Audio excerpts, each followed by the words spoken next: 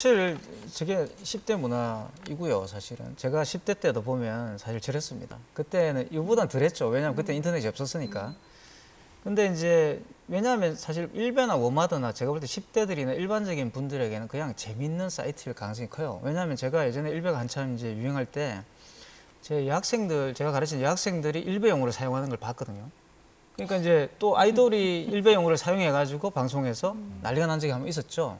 그 일반인들에게는 이게 뭐 남혐, 뭐 여혐 이런 문제가 아니고 그냥 재밌는 내용이다. 그게 재밌는 내용인데 가서 그런 이야기를 해보니까 참 쾌감도 느껴지고 보통 이제 심리학적으로 우리가 이렇게 욕설을 마음대로 할 수 있으면 굉장히 또 쾌감을 주게 돼 있습니다. 그러니까. 근데 이게 욕설이나 그냥 비속어 아니라 사실은 혐오 표현이 들어간 거거든요. 그걸 모르고 무분별하게 쓴다는 건데. 그렇죠. 그건 이제 되는지 상당히 문제가 되는 것이죠. 근데 이제 그런 혐오 표현을 씀으로써 또 그쪽 자기 또래 집단에서는 뭔가 대단하게 느껴지는 게 있기 때문에 근데 결국 그게 또 문제가 아닐까. 저는 이런 얘기를 한번 해보고 싶어요. 제가 이제 어렸을 때, 제가 중학교, 고등학교를 다닐 때 친구들이 혹은 이제 버스 정류장 같은 데서 보이는 또래 친구들이 혹은 남학생들도 있겠죠.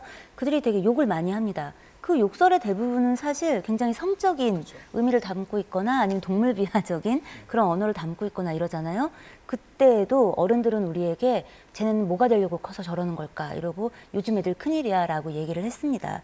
실은 저건 낯선 현상이지만 저 아이들은 사실 그 당시에 우리가 뭔가 욕을 하고 뭔가 좀 나쁜 말을 하고 이러고 자라는 거랑 사실 크게 다르지 않을 수 있어요. 다만 그 언어가 바람직하냐는 좀 다른 문제겠죠. 근데 저는 오히려 현재 이 상태는 조금 더 건강한 상황으로 가는 어떤 그런 부딪힘의 상황일 수도 있어라는 생각이 드는 게 어쨌든 가지고 있는 불만들이라든가 서로에 대한 어떤 부딪힘의 언어들을 꺼내놓고 있잖아요. 그래서 이렇게 담론이 되고 있고 오히려 나이가 이제 제가 어렸을 때 나왔던 각종 성과 관련된 어떤 욕설에 대해서는 크게 담론된 적이 없어요. 그런데 지금 아이들은 오히려 이 말을 하는 것 자체가 바람직하느냐 요 문제하고는 좀 별개로 실은 이런 언어들이 이게 나쁜 거고 이런 게 왜 지금 쓰여지고 있지를 담론하고 있잖아요. 그러니까 무조건 이게 나빠. 그러니까 사이트를 다 없애버려. 이렇게 봐야 될 게 아니라 우리가 이런 문화 자체에 되게 낯설어 하고 있는 게 아닌가. 우리가 담론하는 거에 되게 익숙하지 않은가도 좀 돌아볼 필요가 있지 않나 저는 이 싶습니다. 문화에 우리가 익숙해질